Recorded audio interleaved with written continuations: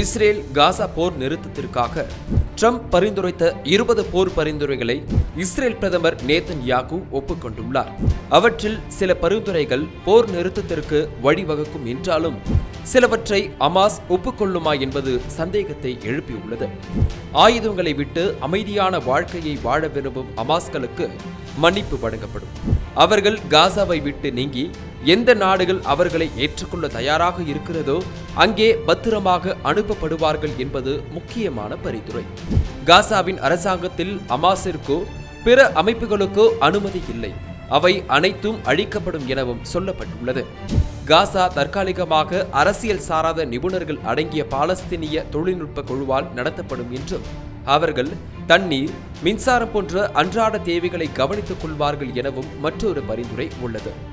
இவர்களது செயல்பாட்டை அதிபர் ட்ரம்ப் தலைமையிலான புதிய சர்வதேச அமைப்பு சமாதான குழு கண்காணிக்கும் என்பது இதில் உள்ள சிக்கலாக பார்க்கப்படுகிறது. ட்ரம்ப் தலைமையிலான வளர்ச்சி திட்டம் காசாவில் அறிமுகப்படுத்தப்படும்.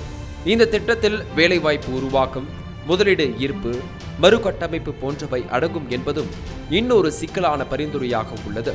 இவையெல்லாம் ஹமாஸால் ஒப்புக்கொள்ளப்பட்டால் மட்டுமே காசா மறுகட்டமைக்கப்பட்ட அமைப்பு செய்யப்படும் எனவும் பாலஸ்தீனம் வெற்றிகரமாக சீர்திருத்தம் செய்யப்பட்ட பின்னர் பாலஸ்தீனத்திற்கு நாடு என்ற அந்தஸ்து வழங்கப்படும் எனவும் அந்த பரிந்துரையில் குறிப்பிடப்பட்டுள்ளது.